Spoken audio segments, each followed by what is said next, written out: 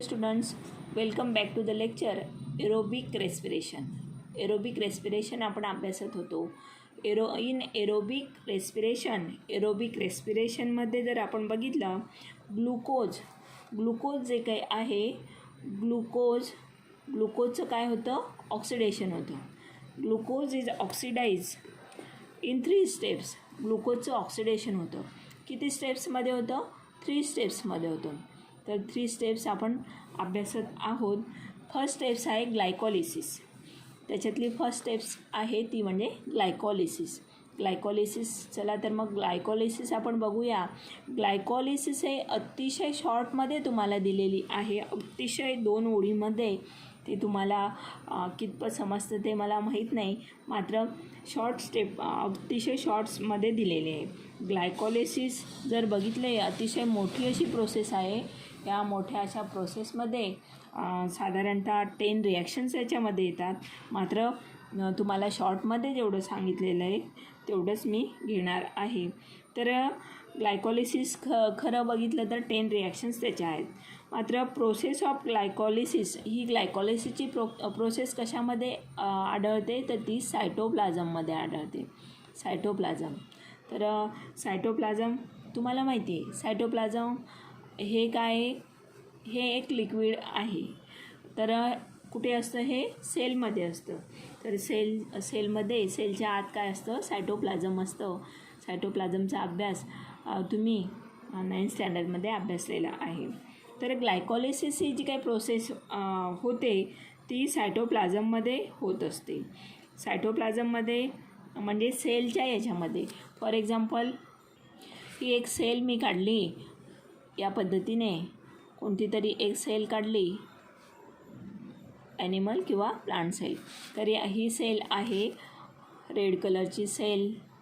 आणि या सेलमध्ये मेन ऑर्गन मी दाखवलेला आहे, ज्याला कशासाठी? प्रोडक्शन ऑफ एनर्जीसाठी. या मेन सेल ऑर्गनेल्सला काय म्हणतात? मेन सेल ऑर्गनेल्सला मायटोकॉन्ड्रिया असं म्हणतात. तर याला म्हणतात मायटोकॉन्ड्रिया. तर मायटोकॉन्ड्रियामध्ये पुढे कशा पद्धतीने हे रेस्पिरेशन घडून येतं? सेल्युलर रेस्पिरेशन आपण अभ्यासतो आहे. तर या सेल्युलर रेस्पिरेशनमध्ये एरोबिक रेस्पिरेशन आपण अभ्यासतो आहे. लक्षात घ्या, सेल्युलर रेस्पिरेशनमध्ये एरोबिक रेस्पिरेशनमध्ये ग्लुकोजचं ऑक्सिडेशन होतं आहे 3 स्टेप्समध्ये. त्याच्यातली पहिली स्टेप्स आपण बघतो आहे ग्लायकॉलिसिस. याच्यावरूनच समजलं असेल तुम्हाला. ग्लायकॉलिसिस म्हणजे ग्लायको मीन्स ग्लुकोज आणि लिसिस म्हणजे ब्रेकडाऊन ऑफ ग्लुकोजचं ब्रेकडाऊन होतं. ग्लुकोजचं ब्रेकडाऊन होऊन आपल्याला एनर्जी प्रोडक्शन हे होत असतं. मात्र ती कशी होते? स्टेप वाईज होत असते. डायरेक्टली आपल्याला एनर्जी मिळणार नाही, डायरेक्टली मिळू शकत नाही. कारण ग्लुकोजचं ऑक्सिडेशन हे 3 स्टेप्समध्ये होतं. डायरेक्टली जर एनर्जी मिळायला गेली तर ते सेल पूर्ण डिस्ट्रॉय होईल, नाहीशी होईल आणि ती स्वतःच जळून जाईल. तर हे स्टेपवाईज ह्या प्रोसेस आहेत. मात्र शॉर्ट स्टेप्स या तुम्हाला दिलेल्या आहेत. त्याच्यामध्ये आपण ग्लायकॉलिसिस अभ्यासतो आहे. पुन्हा सांगते, सेल्युलर रेस्पिरेशनमध्ये आपण एरोबिक रेस्पिरेशन बघतो आहे. या एरोबिक रेस्पिरेशनमध्ये ग्लुकोजचं ऑक्सिडेशन बघतो आहे. ग्लुकोजच्या ऑक्सिडेशनच्या 3 स्टेप्स आहेत. त्याच्यापैकी फर्स्ट स्टेप्स मी अभ्यासते ती म्हणजे ग्लायकॉलिसिसमध्ये ही रेड कलरची एक सेल, मी कोणतीही सेल घ्या तुम्ही. आता ही फॉर एक्झाम्पल ही ह्युमन बिंगची सेल मी घेतली, ॲनिमल सेल घेतली. या ॲनिमल सेलमध्ये इथे मेन जो आपल्याला एनर्जी प्रोडक्शनसाठी, ज्याला तुम्ही पॉवर हाऊस असं म्हणतात, तर मेन सेल ऑर्गनेल्स मी काढला आहे, त्याला म्हणतात आपण मायटोकॉन्ड्रिया. तर मायटोकॉन्ड्रियामध्ये त्याचा पुढे आपल्याला उपयोग हा होणार आहे. तर ग्लायकॉलिसिसची प्रोसेस ही कशामध्ये होते? सायटोप्लाझम. आता सायटोप्लाझम जर बघितलं तर सायटोप्लाझम हे सेलच्या आत असतं. फॉर एक्झाम्पल, हे रेड कलरचं जे फ्लुईड आहे याला आपण सायटोप्लाझम असं म्हणतो. तर सायटोप्लाझम याला आपण नाव देऊया सायटोप्लाझम.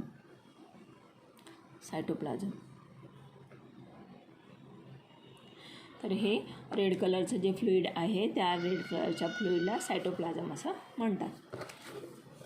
तर ग्लायकॉलिसिस ही प्रोसेस कुठे घडते? मग ग्लायकॉलिसिस ऑक्युअर्स इन सायटोप्लाझम. मग सायटोप्लाझम यामध्ये काय होतं? A molecule of glucose is oxidise step by step. तर ग्लुकोजचं ऑक्सिडेशन होतं. ते कसं होतं? स्टेप बाय स्टेप होत असतं. In this process 2 molecules of, तर यामध्ये ग्लुकोजचं ऑक्सिडेशन होत असताना काही प्रॉडक्ट्सही तयार होतात.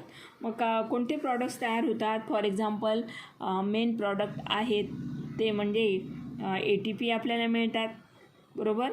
तर यामध्ये 2 मॉलिक्युल्स ऑफ ATP मिळतात, 2 मॉलिक्युल्स ऑफ पायरुवेट म्हणजे पायरुविक ॲसिड मिळतं, 2 molecules pyruvic acid, 2 molecules ATP, 2 molecules NADH2 and 2 molecules water. असे आपल्याला सगळे जे आपल्याला युजफुल असे जे काही प्रॉडक्ट्स आहेत हे सर्व युजफुल प्रॉडक्ट्स आहेत, लक्षात घ्या. Pyruvic acid, ATP, NADH2 and water molecules also useful. तर हे सगळे मॉलिक्युल्स आपल्याला मिळतात. हा एक आपल्याला आपल्या बॉडीसाठी युजफुल आहेत ते सगळे मॉलिक्युल्स. तर याचे प्रत्येकी 2 मॉलिक्युल्स हे मिळतात. तर या पद्धतीने ग्लुकोजचं ग्लायकोलिसिसमध्ये ब्रेकडाऊन ऑफ ग्लुकोजचं ब्रेकडाऊन होतं. आणि ब्रेकडाऊन होत असताना त्याच्यामध्ये आपल्याला 2 मॉलिक्युल्स ही जी प्रोसेस आहे ही it occurs in cytoplasm. Glycolysis means breakdown of glucose मॉलिक्युलचं ब्रेकडाऊन होतं. आणि breakdown this process is occurs in cytoplasm. तर सेलच्या सायटोप्लाझममध्ये, फॉर एक्झाम्पल ही सेल मी काढली आणि या सेलच्या सायटोप्लाझममध्ये ग्लुकोज जो काही आहे, ग्लुकोज मॉलिक्युल्स जो काही आहे त्याचं ब्रेकडाऊन होतं. तर या पद्धतीने ब्रेकडाऊन होतं आणि त्यापासून आपल्याला 2 मॉलिक्युल्स हे ATPचे मिळतात. नंतर 2 मॉलिक्युल्स हे पायरुविक ॲसिडचे मिळतात. तुम्हाला तो एक चार्ट पण दिलेला आहे. पायरुविक ॲसिडचे 2 मॉलिक्युल्स मिळतात. 2 मॉलिक्युल्स ATP हे it is a energy rich compound. हा एनर्जी रिच कंपाऊंड आहे. नंतर 2 मॉलिक्युल्स हा NADH2 हा एक विटॅमिन आहे, लक्षात घ्या. NADH2 आपल्याला मिळतात 2 मॉलिक्युल्स आणि 2 मॉलिक्युल्स हे वॉटरचे मिळतात. तर ह्या पद्धतीने फर्स्ट स्टेपमध्ये सायटोप्लाझममध्ये ग्लुकोजचं ब्रेकडाऊन होतं. नंतर सेकंड स्टेपमध्ये जर पाहिलं तर हे जे काही 2 मॉलिक्युल्स हे पायरुविक ॲसिडचे तयार झालेले असतात, molecules of pyruvic acid form in this process are converted into molecules of acetyl coenzyme. तर याचं कन्व्हर्शन कशामध्ये होतं? ॲसिटिल कोएन्झाईममध्ये होतं. ॲसिटिल कोएन्झाईम यामध्ये ॲसिटिल कोएन्झाईम A यामध्ये याचं कन्व्हर्शन होतं. तर या पद्धतीने पायरुविक ॲसिडचं रूपांतर हे ॲसिटिल कोएन्झाईम Aमध्ये होतं. आणि 2 molecules of NADH2 and 2 molecules of CO2 R release. तर याच्यामध्ये जे 2 मॉलिक्युल्स हे NADH2चे तयार झालेले आहेत हे याच्यामध्ये रिलीज होतात. म्हणजे ह्या प्रोसेसमध्ये ते वापरले जातात, लक्षात घ्या. 2 मॉलिक्युल्स जे काही तयार झालेले आहेत, 2 मॉलिक्युल्स ऑफ NADH2 अँड अजून जो काही प्रॉडक्ट आहे याच्यामध्ये 2 मॉलिक्युल्स हा CO2 पण तयार होतो, लक्षात घ्या. तर फर्स्ट स्टेपमध्येच आपण बघतो आहे. तर यामध्ये 2 NADH2चे जे मॉलिक्युल्स आहेत ते रिलीज होतात आणि 2 CO2चे मॉलिक्युल्स हे रिलीज होतात. तर NADH2 आणि NADH2चे 2 मॉलिक्युल्स अँड 2 मॉलिक्युल्स हे CO2चे या प्रोसेसमध्ये रिलीज होत असतात, म्हणजे बाहेर पडतात, लक्षात घ्या. तर या पद्धतीने ही प्रोसेस ग्लायकोलिसिस प्रोसेस होत असताना ॲसिटिल कोएन्झाईम A हा तयार होतो म्हणजे आधी पायरुविक ॲसिड तयार होतो. पायरुविक ॲसिडचं कन्व्हर्शन हे ॲसिटिल कोएन्झाईम Aमध्ये होतं. आणि त्याच वेळेला जे 2 NADH2 मॉलिक्युल्स हे तयार झालेले असतात अँड CO2 जे काही असतात हे 2 NADH2 मॉलिक्युल्स अँड 2 CO2 इथे या प्रोसेसमध्ये रिलीज होतात, लक्षात घ्या. तर अशी आहे ग्लायकोलिसिसची प्रोसेस. ग्लायकोलिसिस म्हणजे ब्रेकडाऊन ऑफ ग्लुकोजचं ब्रेकडाऊन होतं. कशामध्ये? सेलच्या सायटोप्लाझममध्ये. फॉर एक्झाम्पल ही सेल आहे, या सेलचं हे सायटोप्लाझम आहे. तर या सेलच्या सायटोप्लाझममध्ये ही प्रोसेस होत असते. सेकंड स्टेप जर बघितली आपण तर त्या सेकंड स्टेपला आपण ट्रायकार्बोक्झिलिक ॲसिड सायकल असं म्हणतो. तर सेकंड स्टेप आहे ट्रायकार्बोक्झिलिक ॲसिड सायकल. तर इथे ॲसिड तयार होत आहे, लक्षात घ्या, ॲसिड सायकल. एवढं तुम्हाला कळलं असेल. तर सेकंड स्टेप आपण बघूया. ग्लायकोलिसिस आपण बघितलं तर ग्लायकोलिसिसनंतर ट्रायकार्बोक्झिलिक ॲसिड सायकल जी काही आहे, तर ग्लायकोलिसिसमध्ये तयार झालेले हे जे काही 2 मॉलिक्युल्स असतात, for example 2 molecules of acetyl को एन्झाईम ए. तर या 2 मॉलिक्युल्सचं किंवा या बोथ मॉलिक्युल्सचं काय होतं? ॲसिटिल को एन्झाईम्स हे जे काही तयार झालेले मॉलिक्युल्स आहेत त्यांचं प्रोडक्शन इथे ग्लायकोलिसिसमध्ये दाखवलेलं आहे फर्स्ट स्टेपमध्ये. फर्स्ट स्टेपमध्ये 2 ॲसिटिल को enzyme A enters into the mitochondria. कुठे एंटर्स करतात ते? मायटोकॉन्ड्रियामध्ये, सेलच्या मायटोकॉन्ड्रियामध्ये एंटर्स करतात. फॉर एक्झाम्पल ही एक या पद्धतीने ही एक सेल आहे. या सेल नंतर सेलच्या मध्ये मी छोटीशी असे मायटोकॉन्ड्रिया, फॉर एक्झाम्पल मायटोकॉन्ड्रिया या पद्धतीने. मग हे कुठे येतात? हे मॉलिक्युल्स ॲसिटिल को एन्झाईमचे 2 मॉलिक्युल्स हे जे काही तयार झालेले आहेत, हे 2 मॉलिक्युल्स कुठे येतात? म्हणजे पायरुविक ॲसिडचे जे काही 2 मॉलिक्युल्स होते त्याचं कन्व्हर्शन हे 2 ॲसिटिल को एन्झाईममध्ये एमध्ये झालेलं आहे. आणि हे जे काही मॉलिक्युल्स आहेत मग हे सेलच्या सायटोप्लाझममध्ये असतात. यांचं हे नंतर कुठे प्रवेश करतात? मग ते एंटर्स इंटू द मायटोकॉन्ड्रिया. कुठे येतात ते? मायटोकॉन्ड्रियामध्ये येत असतात. या पद्धतीने ते मायटोकॉन्ड्रियामध्ये प्रवेश करतात. आणि मायटोकॉन्ड्रियामध्ये आल्यानंतर इथे सायक्लिक चेन ऑफ रिॲक्शन्स होतात. सायक्लिक चेन ऑफ रिॲक्शन म्हणजे पूर्ण एक सायकल आहे. ज्या पद्धतीने आपण नायट्रोजन सायकल, ऑक्सिजन सायकल, त्याच पद्धतीने CO2 सायकल बघितलं आहे. खूप मोठ्या मोठ्या सायकल्स आपण अभ्यासलेल्या आहेत. त्याच्यामध्ये तुम्हाला अतिशय शॉर्टमध्ये दिलं आहे. मात्र ही जी सायक्लिक रिॲक्शन म्हणजे याच्यामध्ये खूप प्रकारचे प्रॉडक्ट्स हे तयार होतात. फॉर एक्झाम्पल ग्लुकोजचं ऑक्सिडेशन होत असताना ग्लुकोज 6 फॉस्फेट तयार होतं, ग्लुकोज 1,6 डायफॉस्फेट तयार होतं. तर ग्लुकोज 6 फॉस्फेटचं कन्व्हर्शन फ्रुक्टोज 6 फॉस्फेटमध्ये होतं. नंतर बरेच असं फ्रुक्टोज 1,6 फॉस्फेट बायफॉस्फेट तयार होतं. नंतर त्याच्यापासून त्याचं ब्रेकडाऊन होतं पुन्हा मग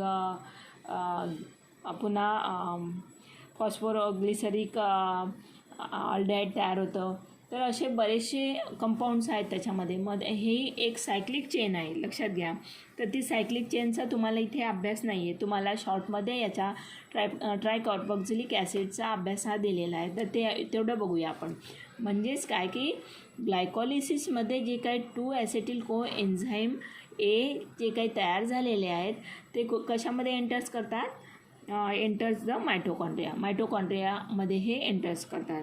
आणि मग तिथे सायक्लिक रिॲक्शन होते. सायक्लिक चेन ऑफ रिॲक्शन इथे होते.